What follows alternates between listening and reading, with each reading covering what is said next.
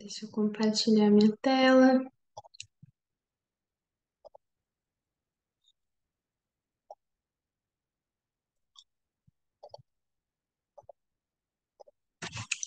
Boa noite, irmãos. Que alegria estarmos aqui para mais uma aula, mais um dia de curso de imersão bíblica. E vamos começar a aula de hoje com uma oração, amém? Senhor Jesus, Paizinho amado, Pai querido, nós te louvamos e te agradecemos por esse dia, Pai. Te agradecemos por tudo que o Senhor tem feito, Pai, por essa semana, Senhor, que está se iniciando, Pai. Te agradecemos, Senhor, porque sabemos que Tu és bom em todo tempo, Senhor, cuida de nós, se importa conosco, Deus. Obrigada pela oportunidade de estarmos aqui reunidos, Senhor, estudando a Sua palavra, buscando um pouco mais de Ti, Senhor. Buscando te conhecer ainda no mais profundo, Pai. Te pedimos que essa noite o Senhor fale conosco através desse estudo, Pai. Ministra aos nossos corações, que Teu Espírito Santo, Pai, esteja nos convencendo, Senhor, que tudo venha diretamente do Teu trono. Abra as nossas mentes para que possamos aprender um pouco mais de Ti, Senhor, para que possamos te buscar, Pai, cada dia ainda mais profundo, Senhor. Nós te louvamos e te agradecemos, Senhor. Usa a minha vida, Senhor. Que não, nada venha de mim, Senhor, mas que toda capacitação, Senhor, venha diretamente de ti, Senhor. Que tudo, Pai, seja para a tua honra e para a tua glória. Nós te louvamos e te agradecemos. Em nome de Jesus. Amém. Amém, irmãos. Essa noite nós vamos começar o primeiro livro do módulo 3. Então, nós já tivemos o módulo 1, módulo 2 e nós vamos iniciar o módulo 3. E a aula de hoje é sobre a carta aos Romanos, que foi uma das cartas escritas por Paulo. Então, aqui nós podemos ver um mapa. A carta aos Romanos, que nós vamos estudar essa noite, foi porque na última viagem de Paulo, que nós estudamos em Atos, então quem perdeu a aula de Atos já está lá, disponível para os irmãos assistirem. Ele foi preso em Jerusalém e foi levado a Roma. Como podemos ver aqui no mapa, que ele foi de Jerusalém até Roma. A cronologia das epístolas escritas durante Atos. Então, epístolas nada mais é do que uma outra palavra para cartas. Então, a cronologia das cartas escritas durante Atos. Então, nós já estudamos Gálatas, nós já estudamos 1ª e 2ª Tessalonicenses, nós estudamos 1ª e 2ª Coríntios, e hoje nós vamos estudar sobre o livro de Romanos. Então, aqui tem um resuminho. De novo, esse PDF vai estar disponível para os irmãos lerem com mais calma depois. E eu só vou apontar alguns fatores mais importantes. Então, essa epístola foi escrita aos crentes de Roma. Então, como nós já estudamos, todos os livros foram escritos a um público determinado. E essa epístola escrita por Paulo foi determinada, foi escrita para os crentes que estavam em Roma. E o propósito, essa carta responde à pergunta dos séculos. Como se justificará o homem de Deus? Que está em Jó 2, 9, 2. Ninguém pode julgar-se justo se não se justificar com o Criador. E ainda nesta carta, que se revela e expõe a maneira de como Deus justifica. Então, esse é o tema, esse é o propósito dessa carta escrita por Paulo aos Romanos. E aqui tem um resuminho, dos capítulos. De novo, esse PDF vai estar disponível para os irmãos. Então, Paulo fala um pouco tanto da prática, como ele fala de como chegar até lá. Vida eterna com Jesus. Como chego lá? Carta aos Romanos mostra o passo a passo de como termos uma vida com Jesus, de como chegarmos a essa vida com Jesus. Chamado separado. Então, Paulo diz que ele foi chamado e ele foi separado por Cristo. Paulo, servo de Jesus Cristo, chamado para apóstolo, separado para o evangelho de Deus. Então, Paulo não se considerava um apóstolo, ele dizia ter um chamado e ele estava buscando este lugar em Deus, mas ele tinha sido separado para pregar o evangelho de Deus. A todos os que estais em Roma, amados de Deus, chamados santos, graça e paz de Deus, nosso Pai, e do Senhor Jesus Cristo. porque desejo ver-vos para que vos comunicar algum dom espiritual, a fim de que sejais confortados. Todos esses versículos, se os irmãos não estão acompanhando, estão na tela do PDF. Eu estou lendo, estava em em Romanos 1:1, Romanos 1:7 e Romanos 1:11. Resumo da salvação e o principal instrumento: fé. Aqui nós podemos dizer que se você quiser uma palavra-chave, algo que resume como você pode entrar no céu, como você pode ter uma vida eterna com Jesus, é a palavra fé. E o justo, que nós vamos estudar um pouquinho nessa passagem, se refere àquele que vai entrar no céu, aquele que é inocente aos olhos de Deus. Então, Deus é como o nosso juiz. Somente Deus pode nos julgar. E os justos são aqueles que Deus considera inocente e que entrarão no céu. E em Romanos 1, verso 17 e 18 diz assim: Porque nele se descobre a justiça de Deus, de fé em fé, como está escrito. Mas o justo viverá pela fé, porque do céu se manifesta a ira de Deus sobre toda a impiedade e injustiça dos homens que detêm a verdade em injustiça. Então, o justo viverá pela fé. Quem são esses justos? Os justos são os inocentes aos olhos de Deus. E como nos tornamos inocentes aos olhos de Deus? Vivendo pela fé. Em Romanos 2, 7 e 8 diz assim: A vida eterna aos que, com perseverança em fazer o bem, procuram glória, honra e incorrupção, mas a indignação e a ira aos que são contenciosos, desobedientes à verdade e desobedientes à iniquidade. Então, o STF é a justiça do céu. A fé é o combustível para a vida eterna. Fé é igual à vida eterna e impiedade é igual à ira eterna de Deus. A visão panorâmica da carta. Então, aqui nós podemos ver que essa carta foi dividida em 8 tópicos e nós vamos separar o estudo do livro de Romanos em 2 aulas. Então, essa aula eu vou estar dando a primeira parte do estudo do livro de Romanos e depois nós vamos estar dando a segunda parte, porque esse livro tem muita informação preciosa que não conseguiríamos dar em apenas uma aula. Então, a visão panorâmica dessa carta foi dividida em 8 tópicos. Então, número 1, o homem sem Jesus e sem Deus. E essa visão panorâmica da carta nada mais é do que uma sequência da vida cristã. E nós vamos notar isso ao longo da nossa aula hoje. Então, número 1, homem sem Jesus e sem Deus. Número 2, o homem e o novo nascimento, a justificação. Número 3, o homem e o batismo nas águas, que é quando o homem passa a ter uma aliança com Deus. Número 4, o homem e o batismo no Espírito Santo.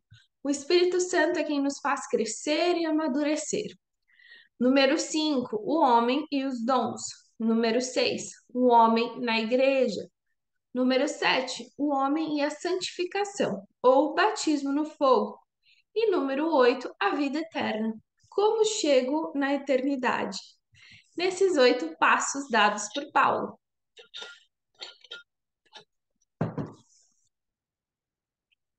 Primeiro passo: saiba que o homem sem Deus vai piorar. Então, quanto mais afastado de Deus o homem está, mais ele vai ter a tendência, mais ele vai querer pecar. Então, a tendência de um homem sem Deus é pecar, pecar, pecar. Isso está em 1 Romanos 21 a 32.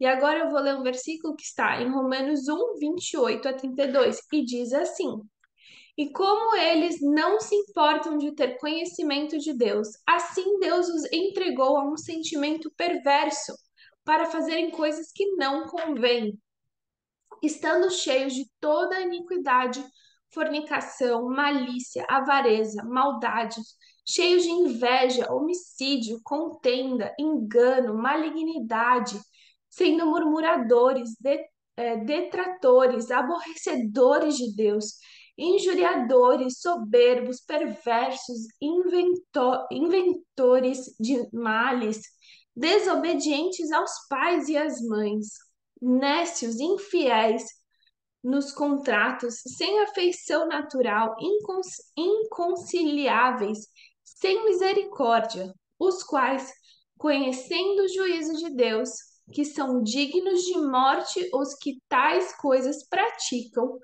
não somente as fazem, mas também consentem aos que as fazem. Então, o homem sem Deus tende a somente piorar. Nossa única esperança de uma vida melhor é o Senhor.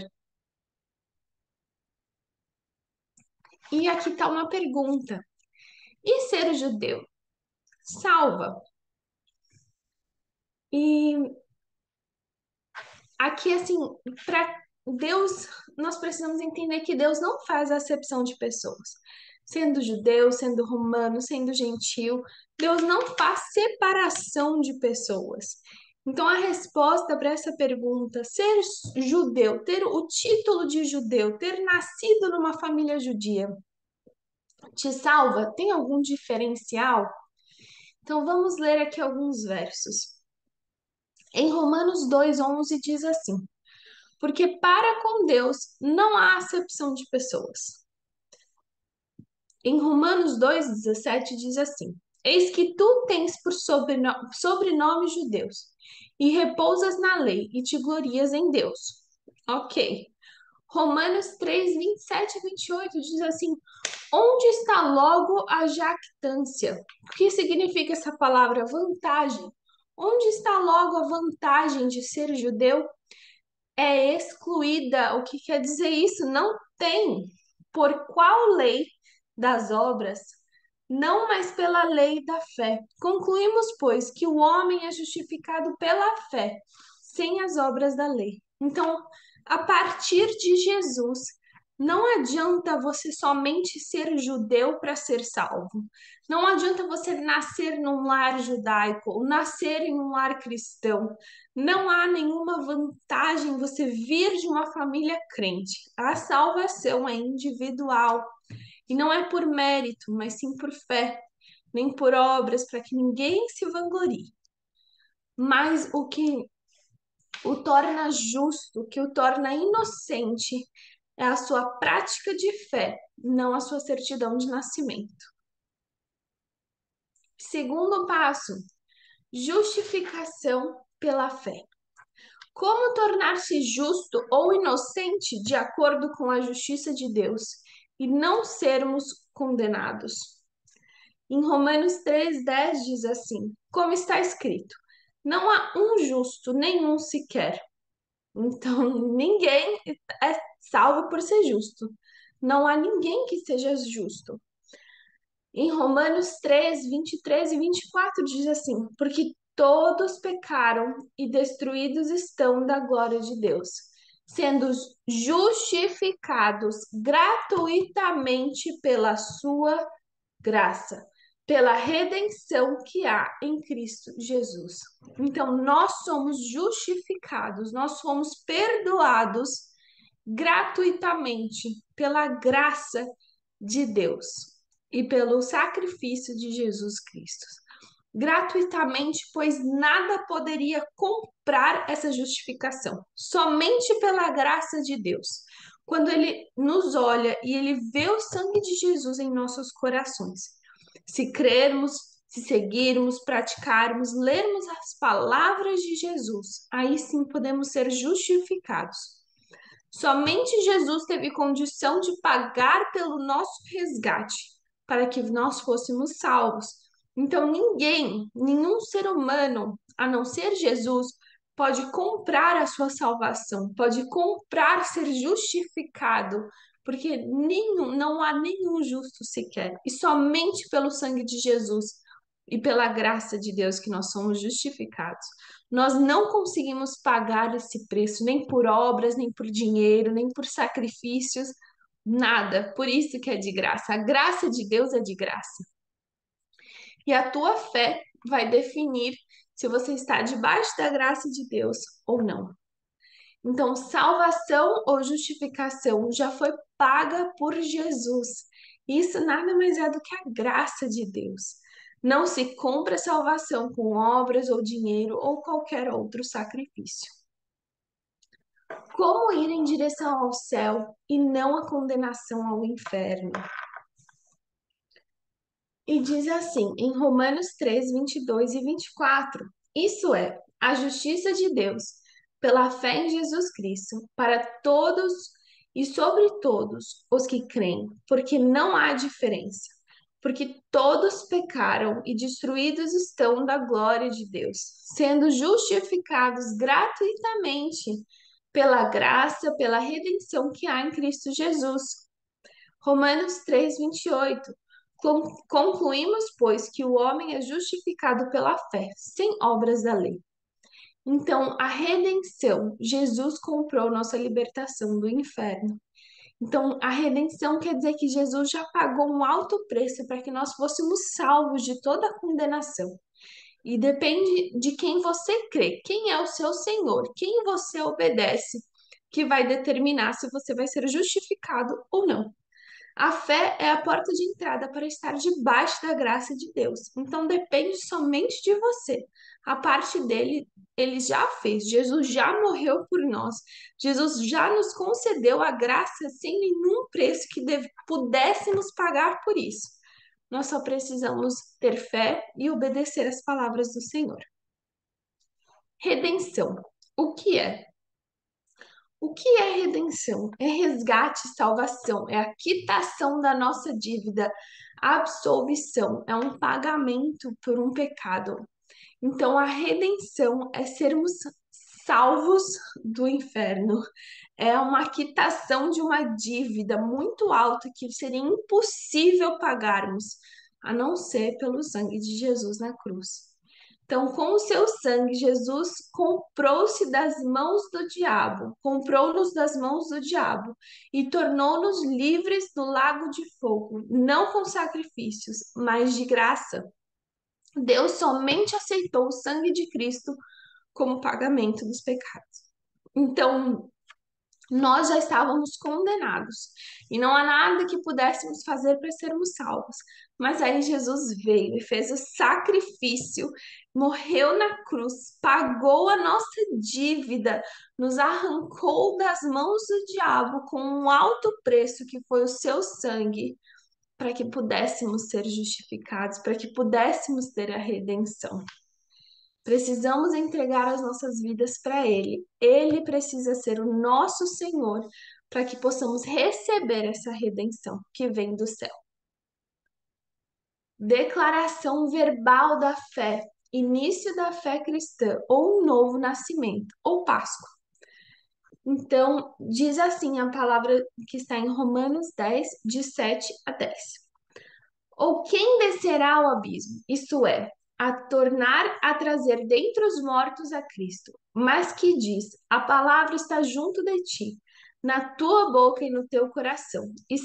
Está é a palavra da fé que pregamos, a saber, se com a tua boca confessares ao Senhor Jesus e em teu coração creres que Deus o ressuscitou dentre os mortos, serás salvo.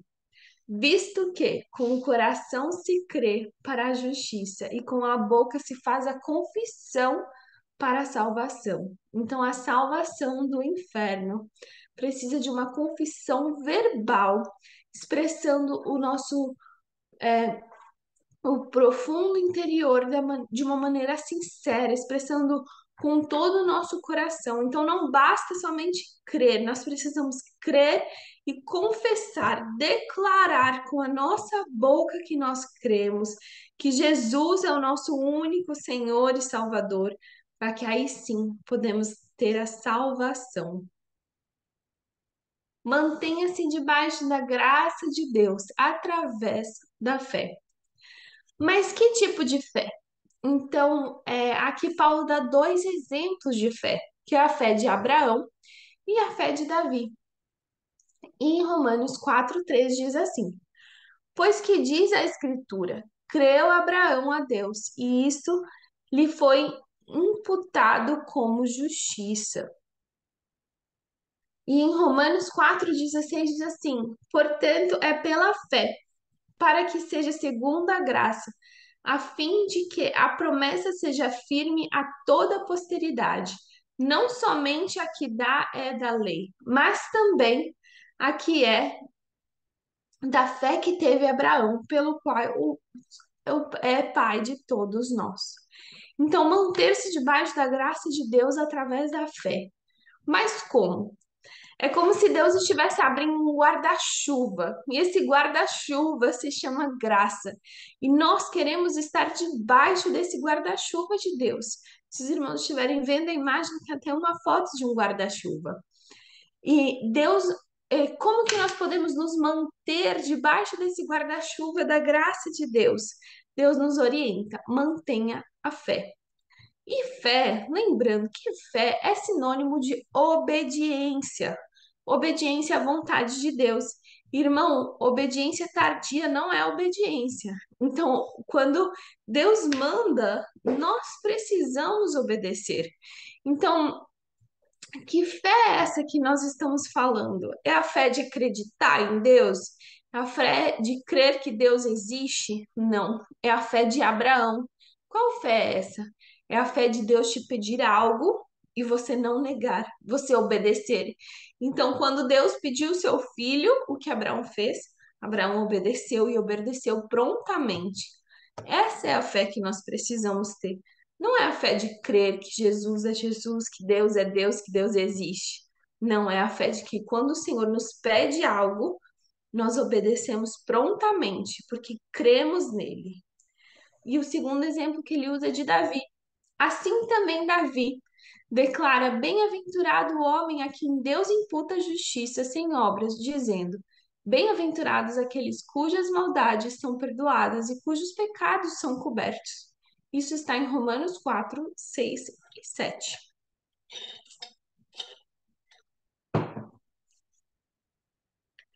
Fé. Pela fé entramos na graça de Deus. E em Romanos 5, de 1 a 5, diz assim: tendo sido, pois, justificado pela fé, temos paz com Deus, por nosso Senhor Jesus Cristo, pelo qual também temos entrada pela fé a esta graça, na qual estamos firmes e nos gloriamos na esperança da glória de Deus. E não somente isso, mas também nos gloriamos nas tribulações, sabendo que tribulação produz paciência, e a paciência, a experiência, e a experiência, esperança. E a esperança não traz confusão, porquanto o amor de Deus está derramado em nossos corações, pelo Espírito Santo que nos foi dado. Então, a fé é manter-se debaixo desse guarda-chuva da graça de Deus, entendendo que Deus não perde o controle de nada, mesmo nos momentos de tribulação, mesmo nos momentos difíceis. Nós precisamos nos manter firmes na nossa fé, entendendo que Deus está conosco e que Ele tem o controle da situação. A origem da condenação e da graça. Pecado de Adão. Então, qual foi a origem da condenação? A condenação se inicia lá no Éden, no pecado de Adão. Por causa deste ato surgiu a morte espiritual, ou a condenação ao inferno e a inimizade com Deus. Portanto, como por um homem entrou o pecado no mundo, e pelo pecado a morte, assim também a morte passou a todos os homens. Por isso que todos pecaram. Isso está em Romanos 5,12. E qual é a origem da graça de Deus? Essa chance de o homem voltar para Deus, essa chance do homem se reconciliar com Deus, veio através de Jesus e da sua morte na cruz. E diz assim: morte de Jesus, por causa deste ato surgiu a graça, ou seja, a justiça de Deus para a vida eterna com ele.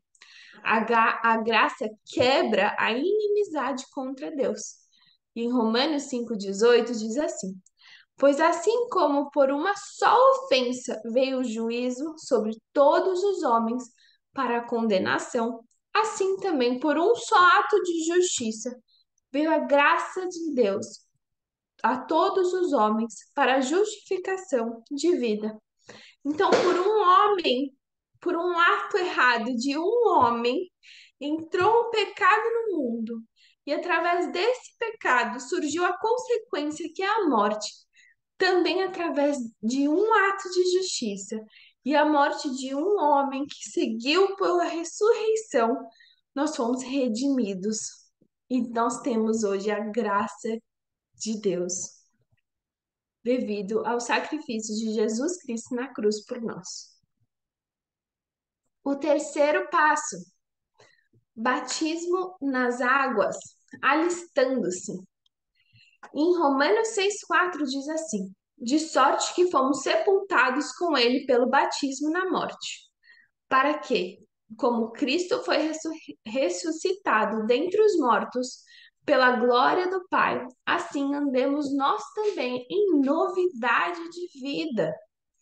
E em Romanos 6,13 diz assim: nem tampouco apresenteis os vossos membros ao pecado por instrumento de iniquidade, mas apresentai-vos a Deus como vivos dentre os mortos, e os vossos membros a Deus como instrumentos de justiça.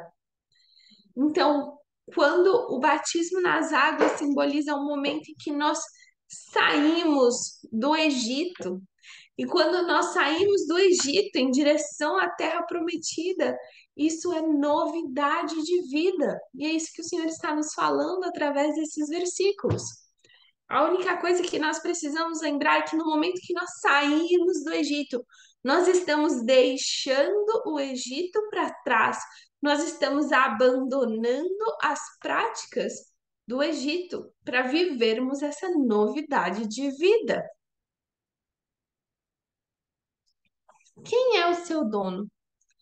Antes do batismo, a aliança do homem com o diabo é firmada no jardim do Éden. Então, antes de sermos batizados, o nosso dono é o diabo, pois isso aconteceu lá atrás no Éden, com o pecado de Adão, veio a condenação. Porém, depois do batismo, essa aliança do homem com Jesus é firmada no Calvário, deixando o Deus anterior, o diabo, e reconciliando-nos com Deus através de Jesus Cristo. E em Romanos 6,16 diz assim: não sabeis vós que a quem vos apresentardes por servos para lhe obedecer, sois servos daquele a quem obedeceis, ou do pecado para a morte, ou da obediência para a justiça. Então, quem é o nosso Senhor? O nosso Senhor é aquele que nós servimos, é aquele que nós obedecemos. Se nós não estamos servindo a Deus ou obedecendo a Deus, quer dizer que Deus não é o nosso dono. Se nós estamos servindo ao dinheiro, quer dizer que o dinheiro é o nosso dono. Se nós estamos fazendo coisas que nós sabemos que é errado, quer dizer que o nosso dono é o diabo. Então, após o batismo, nós quebramos essa aliança passada com o diabo e nós firmamos uma nova aliança com Jesus Cristo. E ele, sim, passa a ser o nosso dono. Nós precisamos somente continuar caminhando nessa direção.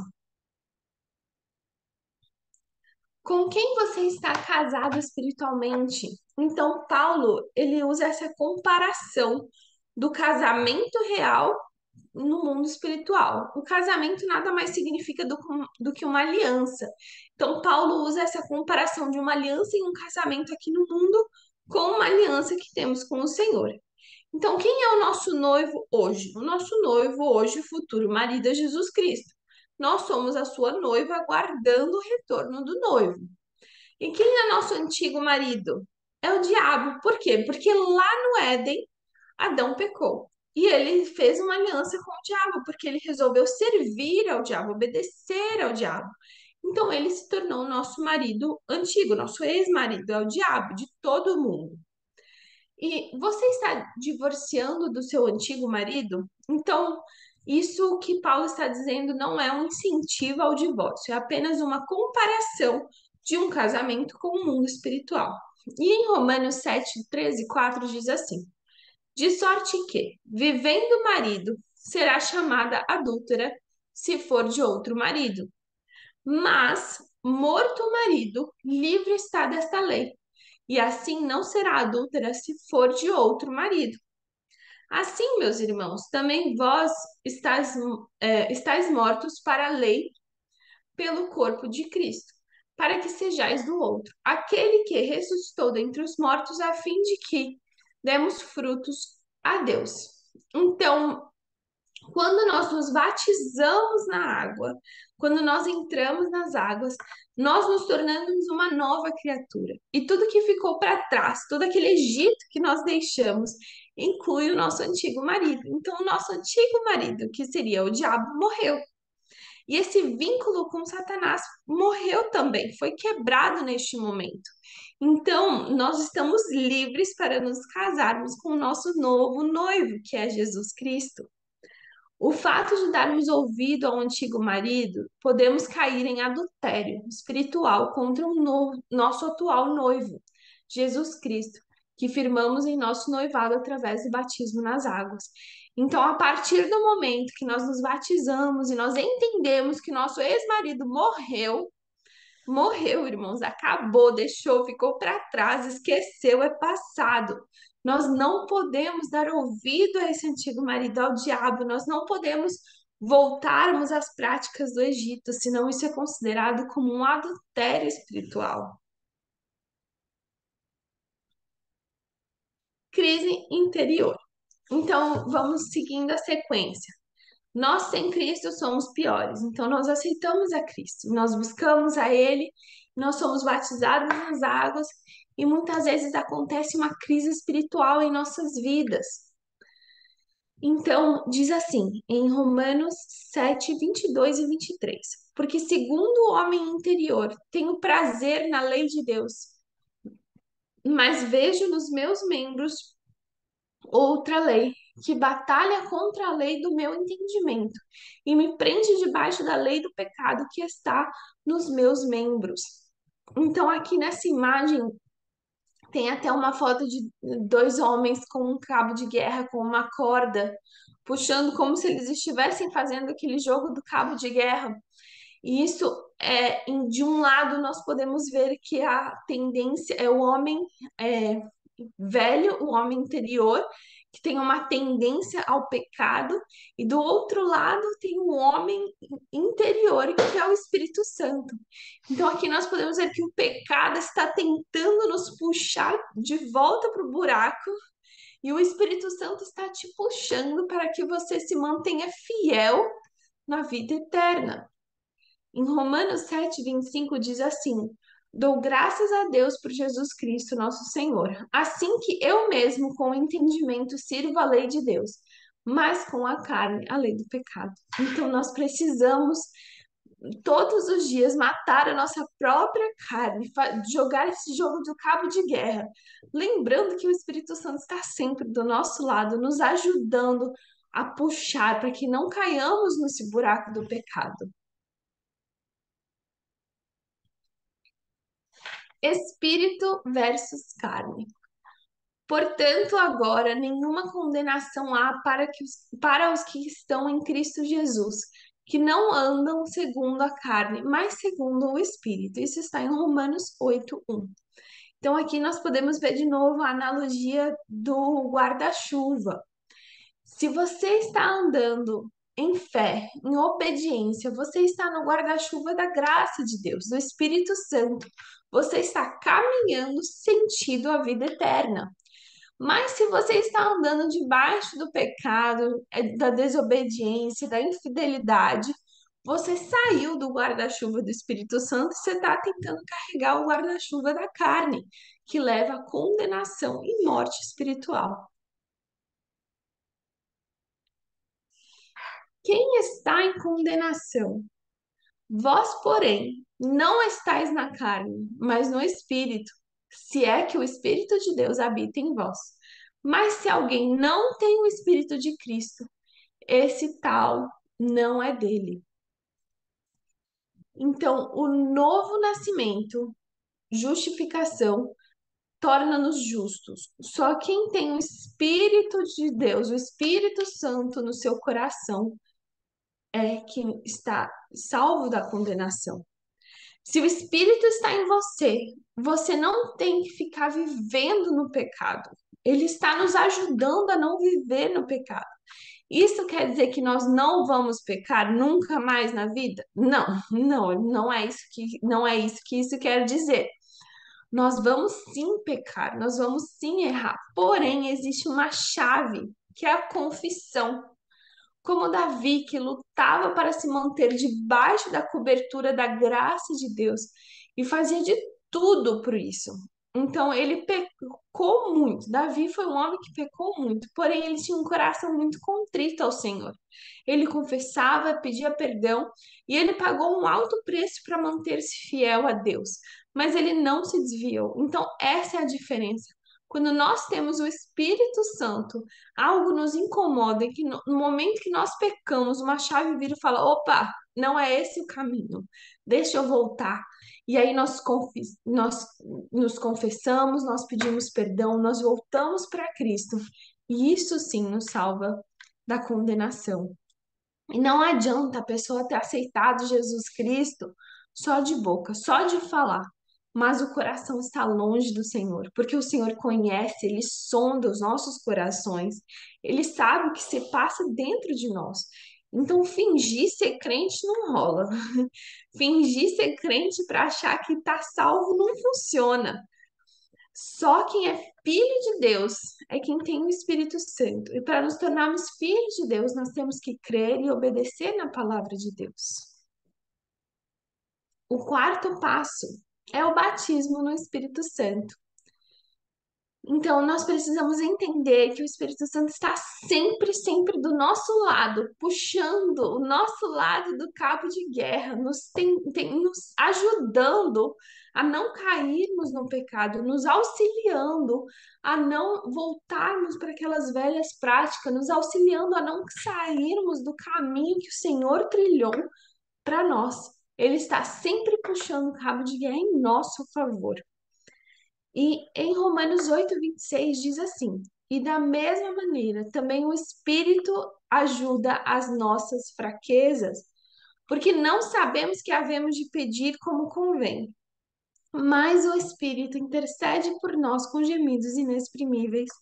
Irmãos, nós não sabemos como orar, nós não sabemos como pedir nada para o Senhor, mas nós temos um advogado que intercede por nós, que ora por nós, que nos auxilia, que nos ajuda. Então, toda vez que algo estiver muito difícil, nós precisamos nos lembrar que nós não estamos sós e que o Espírito Santo intercede por nós em nosso favor. Com o batismo no Espírito Santo, inicia o crescimento, inicia o processo de amadurecimento dos frutos do caráter de uma igreja e dos frutos de um caráter da nossa vida pessoal. Porque se viverdes segundo a carne, morrereis, mas se pelo Espírito mortificardes as obras do corpo, vivereis. Porque todos os que são guiados pelo Espírito de Deus, esses são os filhos de Deus. Isso está em Romanos 8:13 e 14. Aqui essa palavra filho de Deus, filho maduro que saíram da infantilidade, chamado por Paulo de carne. Então, esse filhos no original do grego é o filho com a mesma natureza do pai, quer dizer, um filho maduro. Então, o filhos que está nesse versículo, em Romanos 8:13 e 14, se refere a um filho maduro. E como nós podemos nos tornar filhos maduros? Pela ajuda do Espírito Santo, através do batismo do Espírito Santo e do crescimento que isso gera em nós. Porque nós, em Filipenses 2:15, usa o filhos no grego, vem da palavra tekná. Tekná quer dizer filhos pequenos. Fase do novo nascimento, fase do batismo nas águas. Então, quando nós somos batizados nas águas, nós somos filhos tekna. O que isso significa? Pela palavra grega, quer dizer filhos pequenos. Então, todos nós nascemos como filhos pequenos de Deus, mas a partir do batismo do Espírito Santo, nós vamos crescer, amadurecer e nos tornarmos filhos maduros, que é essa outra palavra grega que nós vimos no verso anterior, que tenham o coração de Deus e o pensamento de Jesus. Como Jesus agiria nessa situação? Conforme nós vamos amadurecimento, nós pensamos nisso. Nosso coração se transforma, nossa forma de pensar se transforma. Só o filho maduro irá entender certas situações em que vivemos com Deus. O filho imaturo ainda tem uma natureza muito vingativa, ainda não entende as coisas, ainda vive do leitinho. Mas quando nós nos tornamos filhos maduros, nós estamos prontos para comidas sólidas. E isso exige mais de nós também. Destino traçado pelo Espírito Santo aos filhos de Deus, predestinados a. Então, Paulo fala um pouquinho sobre isso na carta aos Romanos. Então, ele fala que letra A, nós somos predestinados à salvação eterna, porque a ardente expectativa da criatura espera a manifestação dos filhos de Deus. Isso está em Romanos 8,19. E essa palavra filhos aqui no original do grego está se referindo ao filho imaturo ou filho maduro já? Essa palavra grega que está em Romanos 8,19 está se referindo aos filhos que já são maduros. Através do batismo do Espírito Santo, nós vamos crescendo, amadurecendo e nos tornamos esse filho maduro que se parece mais com o pai, que aqui que é o que Paulo está se referindo nesse verso 8,19.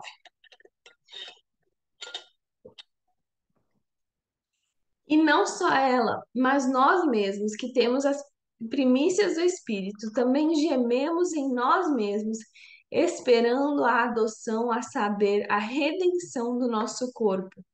Isso está em Romanos 8,23. Letra B, nós somos destinados a se dar bem, o crente é destinado a se dar bem. Isso está em Romanos 8,28 e diz assim: e sabemos que todas as coisas contribuem juntamente para o bem daqueles que amam a Deus, daqueles que são chamados segundo o seu propósito. Deus tem o melhor para nós, irmãos. O Senhor sempre tem o plano melhor, o plano mais perfeito para nós. Muitas vezes a situação pode não condizer com isso, mas nós precisamos entender e crer que o Senhor sempre tem o melhor para nós, porque Ele é um Pai que nos ama e que se importa conosco. Letra C. Nós fomos predestinados para sermos parecidos com Jesus. Afinal, o Senhor nos criou a sua imagem e semelhança. Por quê? Os que dantes conheceu também os predestinou para serem conforme a imagem de seu filho, a fim de que ele seja o primogênito de muitos irmãos. Isso está em Romanos 8:29. Nós também fomos predestinados a sermos vencedores aqui e eternamente, apesar das perseguições. Como está escrito: por amor de ti, somos entregues à morte todo o dia.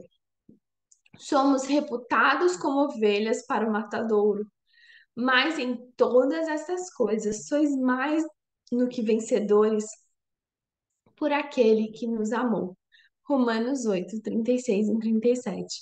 Então a Bíblia também nos diz que no mundo nós teríamos aflições e que a vida aqui não seria fácil, mas nós precisamos entender que nós já somos muito mais do que vencedores por termos Jesus Cristo, por termos escolhido viver por Jesus Cristo, por termos escolhido nos manter firmes na palavra de Deus e no caminho que Ele trilhou para nós. Nós já somos muito mais do que vencedores e tudo aqui na terra é muito passageiro e vale a pena a vida eterna no céu. Mas isso também cabe uma escolha nossa de entendermos e seguirmos firmes na porta que é estreita, mas nós somos mais do que vencedores por aquele que nos amou. E ele nos amou primeiro. Letra E, nós somos predestinados e nada nos separará do amor de Deus.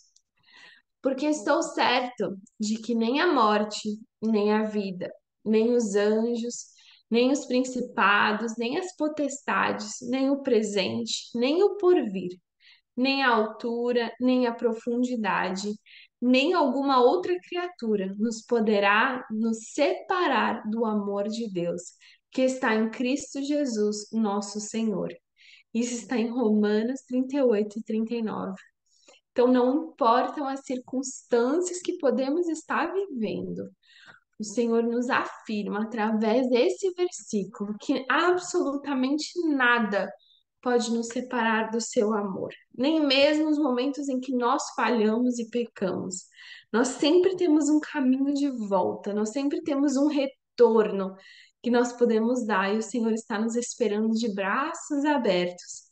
Então, nada pode nos separar do amor de Deus. É lindo esse versículo, né, irmãos? Então, lembrando novamente, os meus filhos maduros são predestinados a todos estes frutos descritos por Paulo no capítulo 8. Lembrando que há essa diferença, filhos maduros, o que isso quer dizer? Nós precisamos amadurecer, irmãos. Nós precisamos buscar mais o Senhor.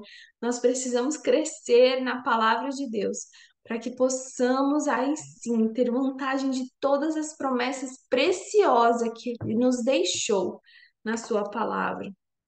E nos próximos capítulos, que nós vamos continuar estudando sobre Romanos, nós veremos a continuidade da fase do crescimento dos filhos de Deus. E há muitas outras coisas que ainda vamos aprender sobre o livro, a carta de Romanos aos Romanos, que é muito longo, então não teria como dar tudo em uma aula, por isso que a aula foi dividida em duas. E para terminar, a bibliografia, que foi a Bíblia Sagrada, a Bíblia em esboço e alguns trechos extraídos da internet.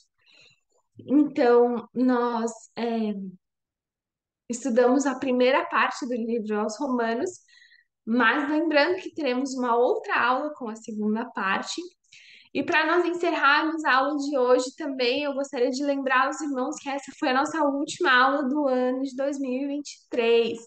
Então, nós não teremos aula na segunda que vem e nem na próxima, porque as duas segundas são dia 25, que é o dia do Natal, e dia 1º.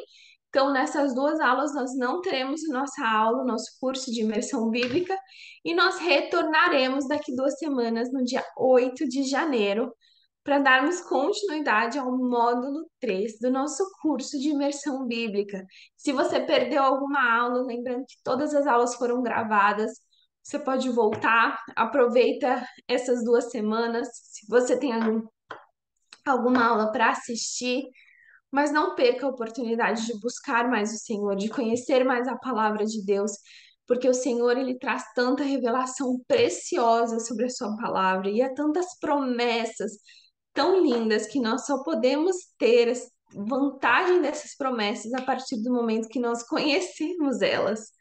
Então, não deixe de buscar o Senhor, não perca a oportunidade de fazer parte desse curso e que o Senhor abençoe os irmãos, que nessas 2 semanas seja um tempo também de descanso, de refrigério e de viver algo novo com o Senhor. Amém? Vamos orar para encerrar. Senhor Jesus, obrigada por essa aula, obrigada por esse ano, por esse tempo tão precioso, Senhor, que pudemos estar aqui em grupo, Senhor, reunidos, Pai, para buscarmos um pouco mais a Tua palavra, para buscarmos um pouco mais, conhecermos mais profundo de Ti, Senhor. Obrigada, Senhor. Eu te peço que o Senhor abençoe cada um dos meus irmãos que assistiram a aulas, que ainda vão assistir a aula, Senhor. Que o Senhor possa estar colocando todo esse material, que esse material, toda essa aula de hoje, Senhor, realmente dê frutos, Senhor, que cause, Senhor, algo que eles queiram buscar ainda no mais profundo, Pai. Nós te agradecemos, Senhor. Também te peço que o Senhor abençoe os meus irmãos nesse tempo de férias, os guarde, que seja um tempo de refrigério, um tempo de um novo vigor, que possamos voltar ainda com mais fome e sede de te buscar, de te conhecer, Senhor. Nós te amamos, Jesus, por isso que estamos aqui. Que toda a honra, toda a glória, e todo louvor sejam dados ao teu santo nome. Eu oro e te agradeço. Amém. Em nome de Jesus, amém. Deus abençoe.